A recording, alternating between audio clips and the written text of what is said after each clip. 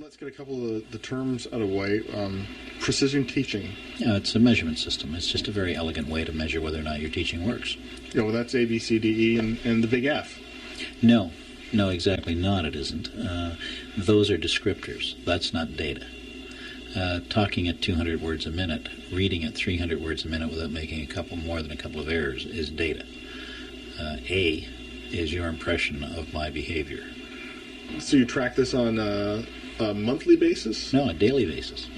So every day you're measuring what I'm doing in your classroom. Well, in an emergency ward, they measure by the minute if you're seriously enough hurt, and they measure a lot of different things. And the more dangerous the situation, the more measurements you get. That's the exact opposite of what happens in education. With education, the more trouble the child is in, the less likely there is to be any kind of frequent measurement. So we're simply looking at it more like a doctor would and saying, this child's in trouble. We need more and more information to find out what is working and whether or not the condition is changing. There are a lot of fads in education. There are mostly all fads in education. So, Mr. Maloney, what's the difference between what you're doing and the latest bandwagon? How do we know that it's... How can I, as a teacher, how can I tell the difference? I've got the data. I've got 30 years of hard empirical research that demonstrates with 120,000 children that direct instruction works where other things don't, where behavior analysis and behavior modification in classrooms work where other things fail, where precision teaching produces results which you don't get with other programs. So each one of them has a rich empirical data-based history that says this actually gets results. And taken together, they're a powerful synergy. Take me into your classroom. How does it look different? How does it operate differently from an ordinary classroom? It doesn't look that different. My kids sit in their desks like many other kids, but they have 5 basic rules by which we run the classroom, which say work quickly and quietly, raise your hand to address the class, bring all of your materials, keep your hands and your feet to yourself, say only good things.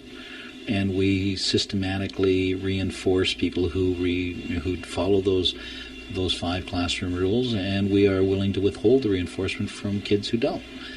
And each day you would see the students in groups working with a teacher on specific curriculum, reading, writing, spelling, math, in very structured situations with lessons that are carefully scripted, and the teacher and the students know everything that's coming and everything that's been.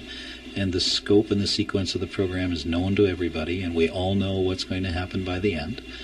And then we would measure each day several critical pinpoints to see how our teaching is working. And the students would actually take their own measures and chart them, and they would live by a rule that if they didn't see any progress in 2 or 3 days, they'd bring that particular chart to the teacher and ask for some help.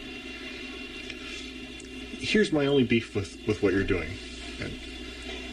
Is it possible that you'll end up with kids who are really smart at making the lines in the graph move and are more worried about figuring out how to beat your system than actually learning? You can't beat the system, because if you move the dot above where it should have been, tomorrow, to get it to move again, you got to cheat even bigger. And before long, I'm going to ask you to show me exactly how you did that, because I'm going to be very impressed with your performance. And that's when the rubber hits the road. The kids do that initially, and it always turns out to be a charting error. And they always turn out to try it again and say, gee, I must have put that down wrong. And we say, fine, that's not a problem, but let's see where we're going from here. This is so annoyingly simple. It's elegant. It is simple, but it's powerful. So why aren't we doing it? Who's standing there, not letting you go ahead with this? Educators in places like the Ministry of Education who don't happen to subscribe to this philosophy of education, and who are in the positions of dictating what periodicals or textbooks are on Circular 14, or who are advising the minister, or who are making the policies and the regulations which affect the school boards. how are they going to hide from this? Oh, they've been very successfully hiding from it for at least 25 years. Change will come when enough people know what works and start to demand it.